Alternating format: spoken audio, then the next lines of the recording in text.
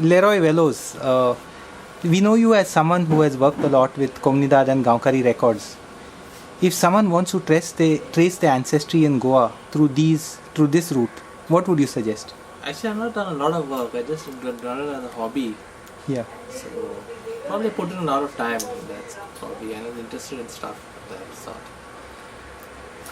So any advice I would give is that anybody comes to me, basically I'll just ask a few questions and I will realize how serious that person is. Because the person just wanted to do as a conversation piece, it really irritates me. It's hard work. It's hard work, and the person is not really. I know you'll ask me which days Asdan or Communal open. But then if I tell you, say it's open on Monday and I know come to know on Tuesday and Wednesday, you're not gone there, then it's a waste of time. It's a waste of time. Other than that, you find out from which Comunidad the person is.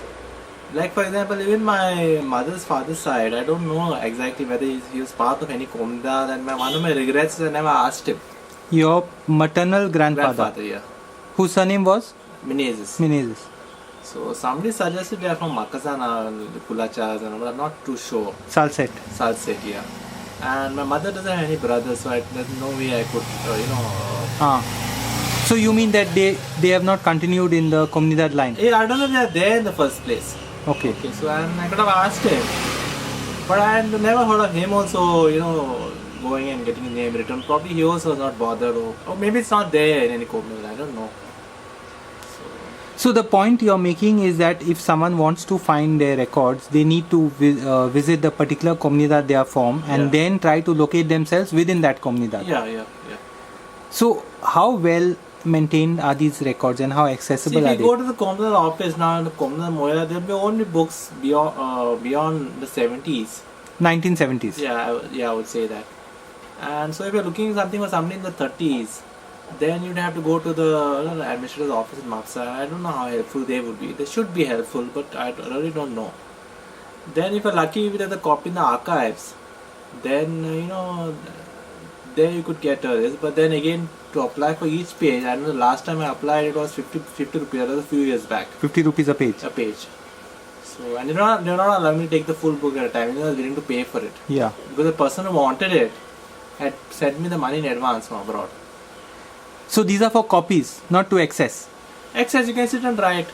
So to access, it's 50 rupees a page? No. For extracts. Okay, extracts. Okay. You can sit and write, copy down, if you have the patience. Okay. So you're saying that if we want to find information going back to one generation, then maybe we go to the Comunidad itself. But then you don't on the mail, mail line. You can connect. You can connect whatever. You can connect. It helps.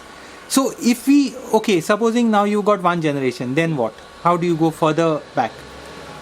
I mean, normally in the book they'll be able to say two generations at least. Naam there, my father's there. Okay. And maybe his father's name would be mentioned. I'm not married, so I have kids, they're of that age. Yeah. They would be there. Yeah, and your father's parents' name would be mentioned probably. In the older books. In the older books. You would not be alive still, my grandfather, but. Yeah. That's the thing. When my mom came down from Brazil, she managed to trace her line going back to 1795. Okay. Which was quite unusual, I think. Basically, villages like Nerul and things like that. Okay. Nerul TV. From the archives. That's what. Now I wonder how she did it. I think it was a mix. Not so much the archives, but with the church records, baptism records. So would you suggest that route also? Yeah, but then even I think the baptism records in the Moira church, taken as a case study, goes back to, I think, the late 1800s. I see. Not more than that. Not more than that. No. So till the late 1800s it could be traced? Yeah. No, easily. Then probably the Bishop's Palace, the rest of the books, and then, I don't know, and then maybe the previous books that are to the archives. I didn't really go and find out. I see. So there are, from what you're saying, I can gather there are a few problems here. One is that the records are scattered all over the place. Access may not be that easy. Yeah. And there are certain days on which you need to go, and certain people you need to meet, and which is not very clearly defined. Yeah. And as of now, there's no one in Goa who professionally undertakes, say, creating a family tree, right? I think there are some guys who do it. There's a guy called Max in Raibandar. So he does a lot of this digging work for construction companies, I know for a fact. I see. But For construction companies to get access to land ownership records? basically see from how the land I came see. down. This is I what see. somebody else told me. Okay. So that's a digging work. But what if someone wants, say, just to do their family tree for the sake of, say, keeping records? Then what are the options? I really don't know. I know these guys maybe in archives or something. I had my family tree done by somebody else, and Richard has done a lot of work in updating it and stuff like that. Richard who? D'Souza. From the This UK. this is youngster who's in the UK. Yeah. Okay. Who's becoming a priest or? He was. Okay. So he has a strong interest in Genealogy. Genealogy. Very strong and very precise. I just help him to translate a few Konkani words here and there, so what things mean and stuff like that. So John Nazareth also is he's big time in this. the statistician John Nazareth. John Nazareth. Yeah, because among Mangaloreans, I've seen people who have collected family names, 10,000 names and things like that. Here, there's nothing parallel in that sense, no? Maybe there are people who have stuff, I don't know, take names, but then it's like, they get stuff from here and there, and then but they don't share things around, and then the thing is, say XYZ dies, and then the thing is lost. Yeah. I've seen, say, GNI, Genie.com, Genie.com. which is interesting in a way. Yeah. It also can cause problems because all kinds of people can take up your family tree and put up information there, and privacy issues are involved. Yeah.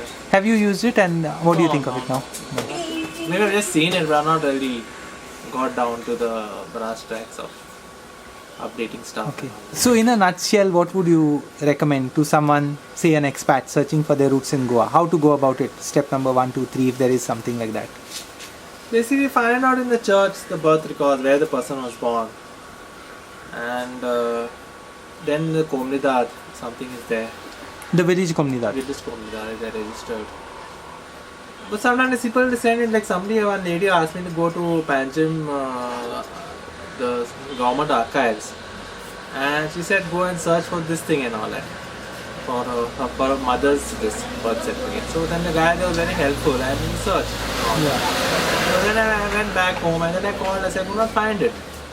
So then she's saying, can you go to the MAPSA this and search? So then it got very irritating because it's just a wild goose. It's a wild goose chase. So then I said that I'm working and it's difficult for me to get leave. Yeah. Yeah, it's very tough. It's very tough. People don't appreciate the kind of I have work. to give me precise information. Then it should be not some hearsay or some others, like legends. Maybe, legends. Like my grandmother used to tell me this. Okay, this to own, Half of birthdays. maybe it's Salsed or half of Marga or stuff like that. So then we're going to repeat those things. Yeah. Then I get irritated, and then it's. But the starting point really would be to know which village your family or part of your family is connected with, right? Yeah. So that's one big kind of clue. Yeah. And then maybe to link up your surname with the surnames of people who are from that village, because every Komunidad has a very clear listing of Gaonkars, right? Yeah. So how does the clan system work? The Daiji or the clan system work? Basically, it's a patrilineal descent. Yeah. So each village has certain number of clans, Yeah. Vangods, Yeah. and each Vangod is made up of certain number of surnames. No, it could be mixed. One Vangod could have 5, second Vangod could have 3, fourth Vangod could have only 1, Yeah. fifth could be extinct. Yeah. How are the numbers decided? I don't know. Okay. And is there any logic of the Vangods? Is a hierarchy or there's a superiority? The only thing is that could be possible. Most likely, this is that the first Vangod probably came to the village first. I That see. could be the risk. I see. Probably they perform some service. So it could be that the person maintaining the books was from the first Vangod. I don't know. It's difficult to say. Because olden days most people are illiterate now. Because even till the 70s, I've seen people putting thumb impressions? Yeah, has signatures. I see. So Thanks a lot for all the Most insights that you've given us into Thank this you. interesting but complex field.